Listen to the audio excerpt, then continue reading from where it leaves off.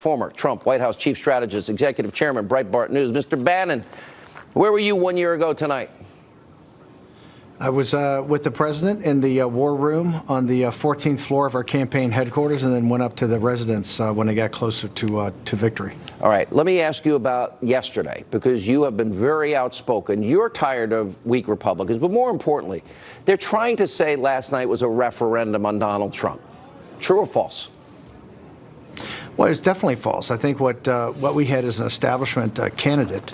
Ed Gillespie won a primary, very hard-fought primary versus Corey Stewart, and then really didn't try to embrace President Trump or really the Trump program until very late, where he just kind of, basically talked about some of the issues, which I thought, he should try to do more of. He never invited President Trump. I think he had President Bush campaigned with him, Marco Rubio, Condi Rice, but he didn't invite President Trump. He really didn't invite Corey Stewart, who really is the titular head of the Trump movement in Virginia. So I think there are a lot of things that Ed Gillespie could have done, and I think in hindsight, he wishes he had done, to generate more enthusiasm out there among the Trump faithful to kind of turn out. And I think the race in Virginia, look, we lost by 5 points. I'm a Virginian, and I never had a lot of confidence. It was never in our battle plan that we were going to win Virginia. I thought even with Donald Trump at the head of the ticket, we would get to win 1 or 2 points. We lost it by 5 points. I mean, Virginia, because of Northern Virginia, is really not a purple state anymore. It's a blue state.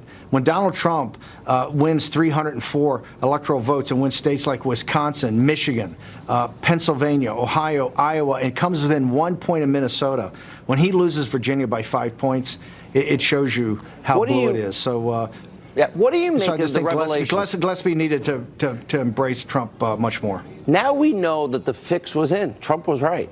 Bernie Sanders, the system was rigged. I'll use Donna Brazil's words in the primary.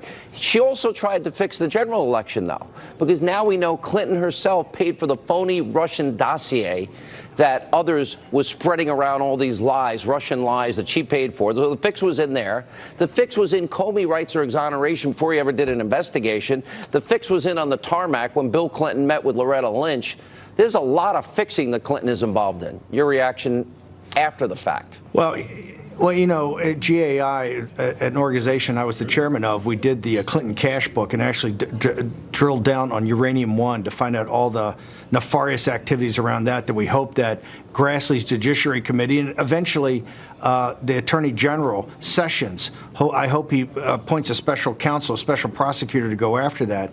But I think what you're seeing in the Democratic Party right now, the corruption of it, is, we started a civil war, and Sean, you've been kind of part of this for the last really 8 or 9 years against the Republican establishment. That's how Eric Cantor got blown out as a majority leader. That's how John Boehner got sent home. That's how so many seats were won at the congressional level in the House, in Congress, by conservatives. So the conservative movement has really been at war with the Republican establishment in this kind of internal civil war for many, many years. The Democrats haven't done it. And I've said from day one that Bernie Sanders in the campaign against Hillary Clinton was really, the thing was rigged. You could kind of tell that. But I say it was like a pillow fight. He never really went after her with all the material that was out there about Uranium One and that was in Clinton Cash. So I think you're seeing with the Donna Brazil revelations really the beginning of the civil war in the Democratic Party, and just not one election Party, you mean? In a blue state.